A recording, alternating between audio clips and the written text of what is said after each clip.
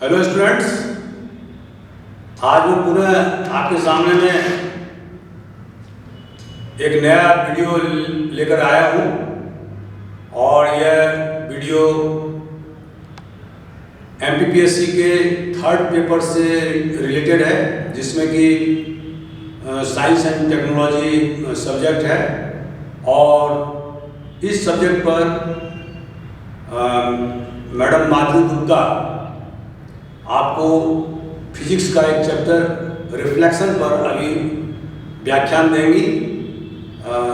Madam माधुरी गुप्ता का teaching experience काफ़ी लंबा है और ये विभिन्न स्कूलों में पढ़ाती भी हैं, विभिन्न कोचिंग इंस्टीट्यूट में इससे पहले भी उन्होंने पढ़ाया है। तो मुझे उम्मीद है कि इनके द्वारा जो लेक्चर प्रस्तुत किया जा रहा है, इससे आप जरूर लाभान्वित होंगे। Thank you very much. Madam Madhuri Gupta. Light is the natural agent that stimulates sight and make things visible. Light जो होता है वो एक नेचुरल एजेंट है, ठीक है, जो हमारे विजन को, हमारी साइट को स्टिमुलेट करता है, जिससे हमें थिंग्स जो है, चीजें हमें दिखने लगती है, वो विजिबल हो जाती है, ठीक है। Next thing, luminous object that emit their own light। ऐसे कुछ ऑब्जेक्ट होते हैं जो जिनका खुद का प्रकाश होता है, जो अपना लाइट खुद इमिट करते हैं, जैसे कि सन, इलेक्ट्रिक टॉर्च एक्सेट्रा। इस तरीके से अब इसके बाद नेक्स्ट हम देखेंगे non luminous object that do not emit their own light. ऐसे ऑब्जेक्ट जिनका खुद का कोई लाइट नहीं होता, वो खुद से दिखते नहीं होते, खुद नहीं वो प्रकाशित होते हैं, but are visible due to light falling on them. लेकिन वो उनको विजिबल हो जाते हैं अगर उनके ऊपर लाइट जाता है। तो आप कभी भी किसी भी अंधेरे कमरे में देखिए तो आपको अगर आपके पास में कोई लाइट नहीं है उस समय पर, तो आपको कोई भी चीज़ दिखाई नहीं देगी। लेकिन जो भी टॉर्च वगैरह आप लेकर के गए हो, जैसे ही आप उसको ऑन करते हो, वो जिस ऑब्जेक्ट पे गिरेगा वो चीज़ हमको विजिबल होती है, ठीक है। अगर मैं ये देखूँ कि मैंने अगर उस लाइट को खुद की आइज पर अगर डाल दिया, तो मुझे वो चीज़ें नहीं विजिबल होती है, ठीक है। तो सिंपल सा कॉन्सेप्ट है कि हमें वही चीज़ें विजिबल होती है जिनके ऊपर लाइट गिरता है। Next thing, transparent. देखिए ट्रांसपेरेंट, ये मटेरियल्स की हम बात करें, ऑब्जेक्ट्स और material through which light can pass totally. अगर लाइट आपने इंसिडेंट किया, आपने लाइट डाला और उस मटेरियल पे, सपोज यहाँ कोई मटेरियल है और मैं यहाँ से ये लाइट रे आ रही है, तो अगर ये इसके पूरे पार चला जाता है, तो ऐसे मटेरियल्स को हम बोलते हैं ट्रांसपेरेंट मटेरियल। जैसे कि एग्जांपल है ग्लास, वाटर, एयर। आप किसी भी प्लेन ग्लास के ऊपर आप लाइट ऑब्जेक्ट करके देखिएगा तो वो हमेशा उसके पार निकल जाएगा, ठीक है। तो उस तरीके का मटेरियल होता है ट्रांसपेरेंट, जिससे कि लाइट आर पार जा सके। Translucent material, object that allow light to pass through them partially मतलब थोड़ा थोड़ा सा। ऐसे ऑब्जेक्ट जो लाइट को अपने में से थोड़ा पास होने देते, मतलब रेस्ट्रिक्शन होता है वहां पर, पूरी तरीके से जितना आपने अमाउंट में लाइट डाला था उतना पूरा आपको सेकंड साइड पे नहीं मिलेगा। ऐसे ऑब्जेक्ट होते हैं ट्रांसल्यूसेंट, जैसे कि हमने सबने बटर पेपर देखा हुआ है, टिश्यू पेपर देखा हुआ है, वो ट्रांसल्यूसेंट होते हैं। इसके बाद में एक बात आती है opaque object that do not allow light to pass through them. ऐसे ऑब्जेक्ट जो अपने अंदर से लाइट को पास नहीं होने देते, बिल्कुल भी नहीं होने देते हैं, उनको आप ओपेक ऑब्जेक्ट बोलते हैं। जैसे कि कोई बुक, ब्रिक, मतलब आप कोई बुक ले लीजिए, बुक के अगर आप पास टॉर्च लगाएंगे तो आपको उस तरफ दूसरी तरफ लाइट उसका नहीं दिखाई देगा, ठीक है। ब्रिक मतलब ईंट, ये भी हमको एक ओपेक ऑब्जेक्ट में काउंट होती है। नेक्स्ट थिंग, इसके बाद में आता है shadow, region without light that forms behind an object kept in the path of the light। फिर से समझिएगा, रीजन विदाउट लाइट, बिना लाइट वाला रीजन या क्षेत्र जो कि कहाँ बनता है, किसी ऑब्जेक्ट के पीछे बनता है। ऑब्जेक्ट अगर आपका ये है तो ऑब्जेक्ट के पीछे बनता है, cap in the path of light. अब इसको हम एक साथ पढ़ते हैं। अगर मैं लाइट को इंसिडेंट कर रही हूँ तो ये पाथ ऑफ द लाइट है, लाइट का रास्ता है ये, उसके बीच में अगर कोई ऑब्जेक्ट है, उसके बाद में जो इमेज बनती है, जो रीजन आता है, जो कि कंप्लीटली डार्क होता है, उसको हम शेडो बोलते हैं, ठीक है। अब ओपेक ऑब्जेक्ट देखिए, ओपेक ऑब्जेक्ट क्या होता है, मैंने जो अपने अंदर से लाइट को बिल्कुल भी पास नहीं होने देता। Opaque object cast a dark shadow. Opaque object तो वो एक डार्क, एक गहरी शेडो बनाते हैं। Translucent object cast a weak shadow. Translucent object जो होते हैं वो वीक शेडो बनाते हैं। और transparent object do not cast a shadow at all. Transparent मतलब जिसके आर पार देखा जा सकता है, लाइट पास हो जाती है जिसमें से। अब लाइट पास हो गई, शेडो बनता ही है जब उसके पाथ में कोई ऑब्स्टिकल आ जाए, कोई अवरोध उत्पन्न हो, तभी शेडो फॉर्म होता है। ठीक है, अब यहाँ पर जो ट्रांसपेरेंट है उसको तो पूरा परमिशन है बाहर तक जाने का, इसलिए यहाँ पर कोई भी शेडो नहीं बनता है। अब जो हमारा टॉपिक है रिफ्लेक्शन का, इस सबको पहले समझना जरूरी था क्योंकि ये बेसिक था। अब हम बात करेंगे रिफ्लेक्शन की।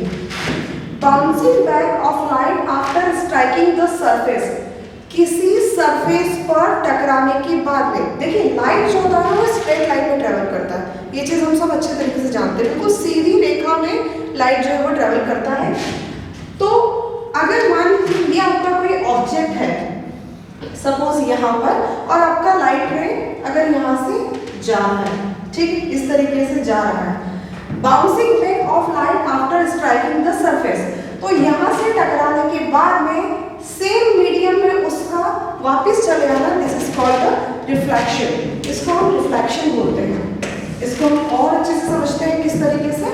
देखिए सपोज ही यहाँ पर एक कोई सरफेस है, ठीक है, अभी मैं नहीं बोल रही हूँ कि रफ है या स्मूथ है, अभी सिर्फ सरफेस है, ठीक है। और इस तरफ से हमने कोई यहाँ पर ये जो है लाइट यहाँ पर इंसिडेंट किया, तो कंडीशंस बहुत सारी बन सकती हैं। या तो ये लाइट इस तरफ चला जाता वापस, या ये ऐसा कैसे सीधे चला जाता, पर ये सीधे नहीं जाता है। यही हमारा फिनोमेनन है रिफ्लेक्शन का। Bouncing back of light after striking the surface in the same medium, जिस मीडियम से वो आया है उसी मीडियम में वापस चले जाना, ठीक है। जैसे सपोज यहाँ पर एयर मीडियम है और मेरा ये जो सरफेस है ये सपोज ग्लास है, ठीक है। तो मैं जो बात बोल रही हूँ यहाँ पर इस पे स्ट्राइक हुआ और सेम मीडियम में वापस वो टकरा के जो चला जाता है उसको आप बोलते हो reflection of light. Types of reflection, ठीक है। रिफ्लेक्शन दो टाइप में होता है, रेगुलर रिफ्लेक्शन और इररेगुलर रिफ्लेक्शन। इररेगुलर रिफ्लेक्शन को ही हम डिफ्यूज रिफ्लेक्शन भी बोलते हैं, ठीक है। तो हम पहले रेगुलर रिफ्लेक्शन देखते हैं। When light reflects from a smooth surface, जब लाइट किसी स्मूथ सरफेस से रिफ्लेक्ट होता है at the same angle as it hits the surface. समझिए इस बात को। देखिए कोई स्मूथ सरफेस होना चाहिए, ये नहीं, और लाइट जो है वो उसको जहां पर वो हिट कर रहा है, ठीक है, जिस एंगल से वो हिट कर रहा है उसी एंगल से इससे टकराने के बाद वो उसी एंगल से फिर से सेम मीडियम में अगर चला जाता है तो ये रेगुलर रिफ्लेक्शन होता है, ठीक है। For a smooth surface reflected light rays travel in the same direction. अगर स्मूथ सरफेस है ना तो वो उसमें सेम डायरेक्शन में मूव करेगा। जैसे कि आप इस फिगर में देखिए, ये स्मूथ सरफेस है हमारी कोई, और यहाँ से हमारी इस डायरेक्शन से लाइट रेज आ रही है, ठीक है। तो आप देखिए जिस ये जो लाइट रे है मतलब इंसिडेंट रे जिस तरफ से आ रही है उसी डायरेक्शन में वापस सेम एंगल के साथ में रिफ्लेक्ट हो रही है, इसको हम बोलते हैं रेगुलर रिफ्लेक्शन। ये देखिए ये तीन लाइट रेस है यहाँ पर शो की हुई है आपको, वो तीनों कुछ सेम एंगल से वापस उसी मीडियम में जा रही है। अब हम बात करते हैं डिफ्यूज और इररेगुलर रिफ्लेक्शन की। फॉर अ रफ सरफेस, देखिए उसमें डिफरेंस यही है, उस पहले वाले पे स्मूथ सरफेस था, यहाँ पर हमारा रफ सरफेस है, मतलब खुरदुरा सा, ठीक है। तो ये इस तरीके से बनाया हुआ है। For rough surface reflected light rays scattered in all direction. अब रफ सरफेस है तो कोई एंगल फिक्स नहीं है कि जिस एंगल से वो आया उसी एंगल से वापस जाएगा, ऐसा कुछ नहीं। वो स्कैटर हो जाती है, इस तरीके से फैल जाती है, जहां पे टकराया उसके अकॉर्डिंग वो किसी भी डायरेक्शन में चला जाता है। तो इसको बोला जाता है इररेगुलर रिफ्लेक्शन। ये यहाँ पर देखिए आप, ये लाइट रेज से हमारी आ रही है, अलग अलग सरफेस पे हिट हो रही है, और उसके बाद में मीडियम तो वही है लेकिन एंगल्स जो है वो इनके सेम नहीं है। जिस एंगल से ये आए थे उसी एंगल से ये दूसरे डायरेक्शन में वापस नहीं जा रहे हैं, ठीक। अब हम समझेंगे लॉज ऑफ रिफ्लेक्शन। और लॉज ऑफ रिफ्लेक्शन समझने के पहले कुछ टर्म्स हैं जिनको हमें समझना बहुत ज़्यादा जरूरी है, ठीक है। फर्स्ट टर्म हमारा इंसिडेंट रे। इंसिडेंट रे, द लाइट रे विच strikes any surface is called incident ray. वो लाइट रे जो किसी भी सरफेस पे स्ट्राइक हो रही है, ठीक है।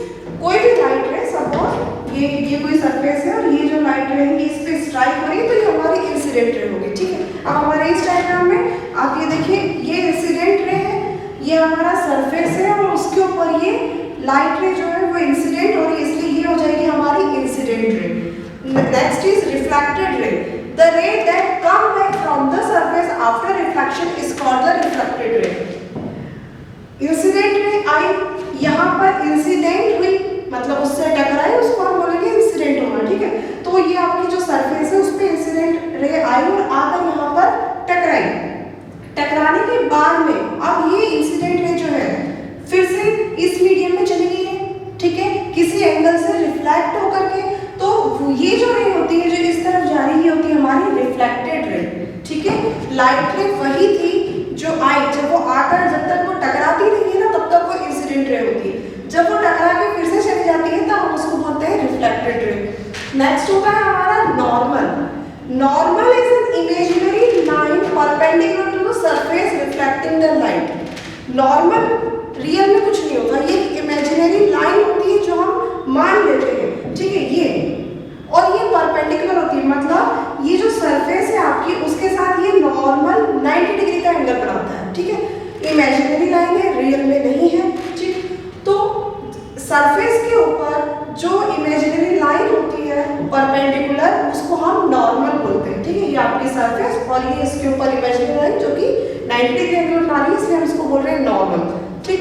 नेक्स्ट है हमारा एंगल ऑफ इंसिडेंस। अब the angle between incident ray and the normal is called the angle of incidence. देखिए ये जो एंगल हमें दिखाई दे रहा है ये वाला किसके बीच में, इंसिडेंट रे और नॉर्मल के बीच में। आप इधर वाला फिगर अभी इसको भूल जाइए थोड़ी देर के लिए, ये हमारा हाफ फिगर है, इंसिडेंट रे और नॉर्मल के बीच में ये जो एंगल बनता है ये होता है आपका एंगल ऑफ इंसिडेंस। नेक्स्ट आता है एंगल ऑफ रिफ्लेक्शन, ठीक है। The angle between reflected ray and the normal is called angle of reflection. अब आप इधर का फिगर थोड़ा सा थोड़ी देर के लिए हाइड कर लीजिए। तो ये जो रिफ्लेक्टेड रे है और जो ये नॉर्मल है इसके बीच में यहाँ जो ये एंगल बन रहा है ना ये वाला होता है हमारा एंगल ऑफ रिफ्लेक्शन।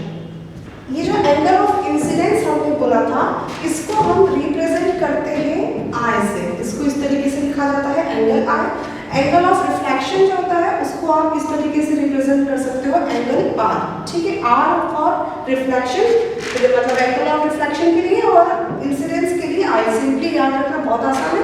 अब बात करते हैं हमारे main topic laws of reflection की। The angle of incidence is equal to angle of reflection. जो एंगल ऑफ इंसिडेंस होता है मतलब ये वाला जो एंगल है हमारा वो इसके इक्वल होगा एंगल ऑफ रिफ्लेक्शन के, ठीक है। Angle I is equals to angle R. Next thing incident ray, reflected ray and the normal. Incident ray मतलब ये वाला, रिफ्लेक्टेड रे जो इस डायरेक्शन में गया और नॉर्मल, ये जो तीन चीजें हैं drawn at the point of incidence. अब ये पॉइंट ऑफ इंसिडेंस कौन सा, ये वाला, देखो यहीं पर ये यहाँ पर आके इंसिडेंट हो रहा है, ठीक है, यहीं से ये रिफ्लेक्ट हो रहा है और यहीं पे हमें नॉर्मल भी ड्रॉ करना होता है इसी पॉइंट पर, तो इसको बोला जाता है पॉइंट ऑफ इंसिडेंस, ठीक है। तो incident ray, reflected ray and the normal drawn at the point of incidence to the reflecting surface lie in the same plane. ये जो है तीनों चीजें ये सेम प्लेन में लाई करती है। ये बहुत इंपॉर्टेंट कॉन्सेप्ट है क्योंकि यही चीज हमारी डिफरेंट रिफ्रैक्शन और रिफ्लेक्शन जो हमारा नेक्स्ट टॉपिक होगा वो रिफ्रैक्शन रहेगा। तो हमको ये बहुत ज्यादा ध्यान रखना है कि ये